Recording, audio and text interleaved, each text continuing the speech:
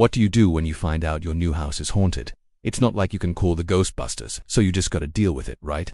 Well, that's what the family in this story did, but they soon learned that some ghosts are not happy about sharing their home. In the 1970s, a family moved into a house in London only to find out it was one of the most haunted places in the city. The ghost of a little girl who died in the house years ago was not happy about the new family living there, and she made her presence known.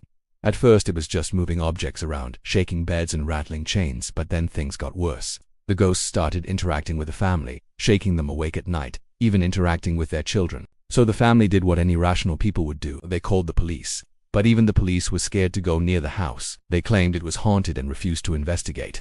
This is the terrifying true story of the Enfield Poltergeist, the haunting that shook London and the world. Are you ready to experience the most terrifying true haunting ever caught on camera? Then let me tell you the story of the Enfield Poltergeist. It all began in August 1977, in a modest council house in Enfield, North London. The house was located in a working-class neighborhood and was inhabited by a single mother named Peggy and her 4 children. Now, the family had only moved into the house a few months prior, and they were still unpacking boxes when strange things started to happen. One evening, Peggy and her 2 youngest children were in the living room when they heard a series of strange noises coming from the hallway: bumps, knocks, scratching inside the walls. At first, Peggy assumed that it was her older kids playing tricks, but then the scratching stopped and was replaced by the sound of furniture moving across the floor. Now, this is really strange because no one was in the hallway and the door was shut. But as they watched in disbelief, a chair slid across the floor and crashed into another, then a heavy chest of drawers, one that even the adults struggled to move, shifted several feet on its own. No one was touching it. That was only the beginning. Over the next few weeks, the activity in the house grew more intense. Objects would fly across the room, doors and windows would slam shut, and the family would be shaken by violent tremors that seemed to come from the floorboards. Peggy's 2 eldest children, Janet and David, were home from school one day when the lights in the hallway suddenly turned off. When they went to investigate, they noticed that the fuse box had been tampered with and the main fuse was pulled out. But when they looked closer, they saw that someone had also written a message on the wall using what looked like blood. Within weeks, the house became a nightmare. Toys flew across the room. Doors slammed shut with no one near them. The children were thrown from their beds. But most disturbing of all, the voices. At first it was just an occasional word here and there, then full-blown sentences. And finally, the voices grew stronger and more menacing, until one day they began to growl. It was then that the ghost in the house revealed itself. For it was not just any disembodied voice that was haunting the children, but the ghost of a man who had died in the house 100 years before. A man by the name of Bill. That's what he wanted to be called. Bill. Even though no one in the house knew any history of the place or any ghosts that may have been haunting it. It started subtly, like most hauntings do, with the children hearing noises in the night, footsteps above their heads. Then things began to move around the house. The family dog would growl at seemingly nothing. A rocking horse that little Billy had left at the top of the stairs would rock back and forth all by itself, sometimes for hours. Then the voice began. At first it was just an occasional word here and there, then full-blown sentences. And finally, the voices grew stronger and more menacing, until one day they began to growl. And that is when the ghost in the house revealed itself. For it was not just any disembodied voice that was haunting the children, but the ghost of a man who had died in the house 100 years before. A man by the name of Bill. That's what he wanted to be called. Bill. Even though no one in the house knew any history of the place or any ghosts that may have been haunting it. What followed was one of the most terrifying sequences of events that any family could endure. Every night they would hear Bill shuffling about the house, moving from room to room. Sometimes they would hear him sitting down in a chair. Other times they would hear him talking to himself. But it was when they heard his voice that the children knew he was near. His voice echoed through the house like a death rattle. He would moan and shake his head as if in pain. Sometimes he would speak in a normal voice, other times in a deep guttural voice. "I want to speak to you," he would say in the deep voice. "Why won't you let me go? Why won't you let me rest?" As the days passed, the voice grew stronger, more insistent. The children began to cower in fear whenever they heard him coming. They would hide under their beds or in closets, trembling until he passed. The adults were skeptical at first, but even they began to feel uneasy. The house was shaking with every step that Bill took. Sometimes the bed would shake violently in the middle of the night, throwing the children off. Then the toys began to move. First it was just the small things, dolls with their heads twisted at unnatural angles, rocking horses moving up and down the stairs. Then the bigger things began to move. Desks, chairs, even the television set. And then one night, young Billy was thrown from his bed. He had bruises on his arms and legs, and he told his mother that Bill had thrown him. Skeptical but concerned, she called the police. When they arrived, they found that the bed had been shaking violently, but they found no one. The children told them about Bill, about the voice they had heard, and the police began to believe that there really was a ghost in the house. They brought in a priest to perform an exorcism, but as he began the ceremony, the lights went out and the candles were blown out. When they were brought back, they saw a rocking horse moving up and down the stairs. Doctors were called in to examine the children, but they found nothing wrong. Psychologists were called in, but they couldn't explain what was happening. Then one day, a friend of the family brought in a tape recorder, and they were able to capture Bill's voice. He growled into the recorder, his voice shaking the room. "This is my house," he said. "Leave now." Those words would become the stuff of legend, the most terrifying true haunting ever caught on tape. It all started when police officers were dispatched to the family home after receiving a call about strange and potentially criminal activity. When they got there, one of the officers, Detective Constable Jim Barber, went upstairs to investigate, and he heard strange noises coming from one of the bedrooms. As he stood outside the door listening, he watched what he could only describe as a chair moving across the room. No one was in the room.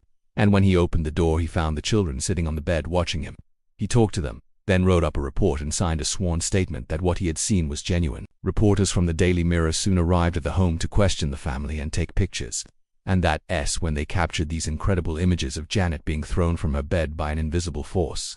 The story hit the headlines, and paranormal investigators from the Society for Psychical Research, Maurice Grass and Guy Lyon Playfair, soon arrived to investigate. They would spend the next several months living in the house and documenting the events that took place there. What they experienced was beyond anything they could have imagined.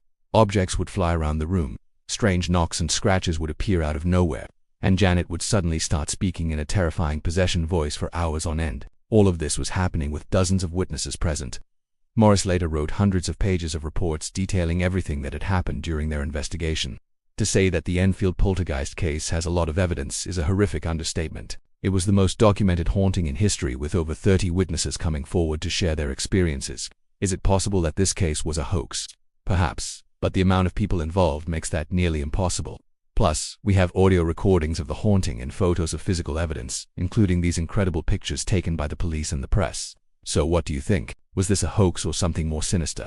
Let me know your thoughts below. It's 1977. You've heard the terrifying tale of the Enfield Poltergeist, the most terrifying true haunting ever caught. And now you want to see for yourself. You make the journey to the house in northwest London where it all happened. You might have come alone, but you're not staying that way for long. Because outside the Hodgson home there's a growing crowd of people, some with cameras, some with notebooks, all wanting a piece of the action. The news of the haunting had spread far and wide, attracting not just ghost hunters but TV crews and journalists from all over the country. Some believed every word of the girl's story. Others claimed it was an elaborate hoax by bored children with vivid imaginations. Skeptics argued the girls faked the voice. They staged the photos, but believers pointed to the sheer number of independent witnesses, police, journalists, investigators who couldn't possibly all be lying. It got so famous, so out of control. The haunting inspired films and documentaries about it. The most famous being The Conjuring 2, starring Patrick Wilson and Vera Farmiga as Ed and Lorraine Warren, the famous paranormal investigators who took on the Enfield Poltergeist case. You're standing outside the house now, but how do you get inside? Well, you try the front door, but it's locked. So you try the back. You push open the door and step inside, and you'll immediately be transported back to the 70s. It looks just like it did all those years ago, just as you imagine it would. You walk through the kitchen where the family had their meals. You walk into the living room where the girls watched TV, unaware that they were being watched by something evil. And then you go upstairs to the bedrooms where the ghosts are said to have manifested most frequently. But the presence is still here. You can feel it watching you. There are footsteps above you. You hear strange whispers in the dark. The air grows cold, and suddenly you understand what it must have been like for the Hodgsons all those years ago. But the haunting doesn't stay confined to the bedrooms. You make your way further into the house, deeper into the darkness, until you reach the scullery. It's here that the most terrifying events took place, at least according to the story. This is where the ghostly activity was at its most intense, and you can almost feel the energy of the place as you stand there in the silence, listening to the drip of a nearby tap. Suddenly, the silence is broken by a bang. You jump, you spin around, but there's nothing there, just an empty room and a growing sense of dread. There are more bangs, this time coming from the floor above. You hear a crash, then another one, then the sound of heavy footsteps. You don't wait around to find out what's making the noise. You turn and you run, making your way through the darkened rooms until you find the front door. You burst out into the night air, the sounds of the house still ringing in your ears. And as you turn to go, you see them, the TV crews and journalists, their cameras and microphones pointed at you. You're glad to be away from the house, but you know you're not escaping the Enfield Poltergeist just yet. They want your story. They want to know what you experienced inside that house, but you don't know if you can trust them. How much of this story is real and how much of it is a product of overactive imaginations and fake news, you're not sure. All you know is that you never want to go back to that house again, but as the night wears on and the crowds grow larger, you realize that might not be an option. You may have started the night as just another tourist, but by the end of it, you'll be part of the legend. The activity level had been mounting throughout the year, but nothing could have prepared us for what occurred on this night. The house was shaking, the children were screaming, and then we heard the voice. It said, "You can't do AF all to me. Why don't you come up and see me? I'm upstairs." Then it began moving objects around the house, slamming doors, shaking beds, moving pictures off the wall. It was terrible at one point. It said, "I'll make you a bet. Come and catch me," it taunted. We went upstairs to investigate, but it had stopped. However, while I was questioning Mrs. Hodgson about her experiences, the voice boomed, "What are you doing? Get out," it screamed. Then, ladies and gentlemen, this is where things got really scary. Janet was sitting on the edge of the bed. Suddenly, her teddy bear flew across the room. She became hysterical. I walked over to the bed and placed my hand on Janet's shoulder to comfort her. As I did, the bed began to shake violently. I grabbed hold of the bed frame to steady it. The voice said, "Now you F with me. I'll F with you." Then it stopped. I turned to look at Janet, but I couldn't believe what I was seeing. She was floating in midair. Her feet were off the ground. She was suspended in her bed. "Now, listen closely," the voice continued. "How do you like that?" I was in shock. I don't remember what happened next. Then I came to. I was sitting on the floor. The children were gone and so was the voice. I looked at my watch. It was 11:30. The experience had lasted 42 minutes. By 1979, the strange occurrences faded. The Hodgson family eventually moved on with their lives. They never forgot what they endured. But to this day, Janet insists it wasn't a hoax. She says if you listen closely to the audio recordings of the case, you can hear the genuine terror in her voice. The Enfield Poltergeist is considered by some to be the most documented poltergeist case in history. It allegedly occurred between August 1978 and September 1979 in the London borough of Enfield. That's in England. It all started with strange occurrences at the home of the Hodgson family. Moving objects, shaking beds, shaking pictures off the wall, things like that. Initially, the family thought it was the work of one of their two daughters, Janet and Diane, who were ages 11 and 14, but they denied it. They said it wasn't them. Then things started to escalate. It got worse, the shaking got more violent, and then objects began flying through the air, crashing through windows, shaking people violently, even interacting with people. It was so intense that the police were called in. What they experienced themselves, officers P.W.R. Lloyd and Eric Stewart, would later describe as unexplainable. Other police officers were called in to help, including a policewoman who specialized in psychic matters. She had been trained at the Essex Police Center. There she learned how to identify ghosts and how to communicate with them. According to her report, the ghost in this case was male, originating from the late 18th century. He was described as a naval officer of some kind. Soon, journalists and paranormal investigators arrived on the scene. Cameras flashed as they tried to capture the ghost on film. It was so intense, what was happening, that the chief medical officer for the local National Health Service was called in. He too investigated and he concluded that the activity was psychogenic in origin. In other words, it was all in the kids' heads. But as the investigation continued, it only got worse. Things moved faster, shook harder, flew through the air with more force. It seemed to grow stronger. Some investigators believed it could be demonic in origin. One investigator actually asked if he could bless the house with holy water.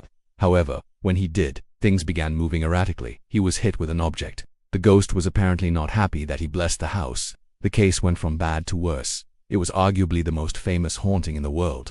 Ghostbusters were called in. Psychics, clergymen, doctors. By the end of it, there were over 200 witnesses to the haunting. Now the police, they stopped believing it was a hoax. Then something incredible happened. One day while filming, the ghost was caught on camera. This is the ghost. It was caught on camera shaking a table. Not only that, but it was caught moving a chair. The evidence was undeniable. Everyone agreed something incredible had happened here. But just as quickly as it began, it stopped. The ghost never returned. No one knows why. It's been suggested that perhaps the ghost was exorcised. Perhaps it died.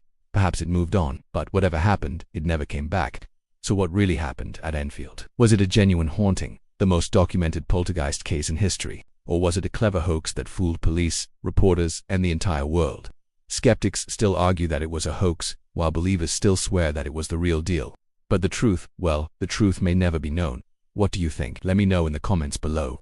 Is the Enfield Poltergeist the scariest ghost story ever caught on camera? If you want to see more videos like this one, stay tuned. I'll catch you next time. The Enfield Poltergeist is one of the most famous ghosts of all time, and whether he's real or not, the story goes like this.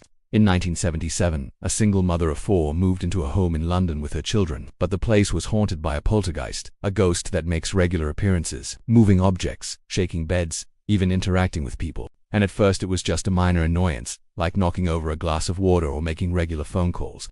But then things escalated quickly.